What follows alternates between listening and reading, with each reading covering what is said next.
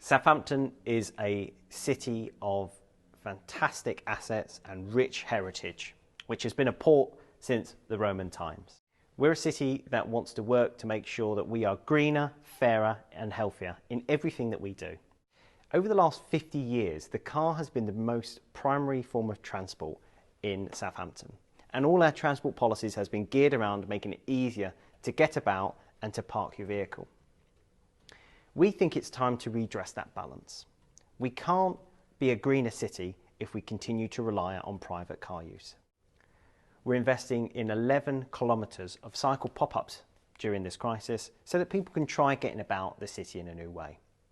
We're also investing in 10 cycle highways across the city so that people can get about in the safest way possible. We know that one double-decker bus takes about 76 cars off the road.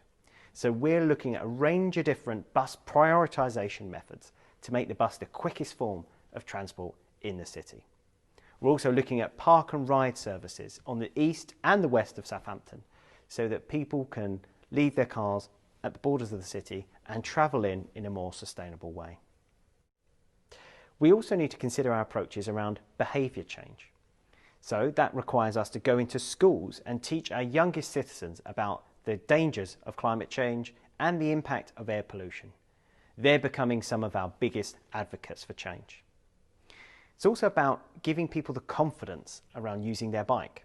So we fund bike workshops so that people can take their bikes, make sure they're safe if they've been sitting in the garage for a long time. Organising mass bike rides so that people can see what it's like to travel on our roads, sometimes for the first time. Pedestrianising space, reclaiming space that was just for the car and making it a better shopping environment for people to go to.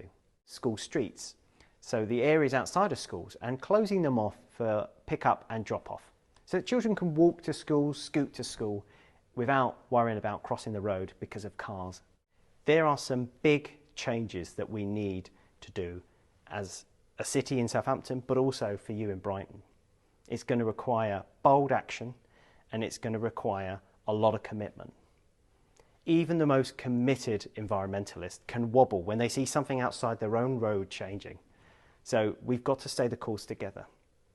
Just changing one journey has a big impact if it's added up together.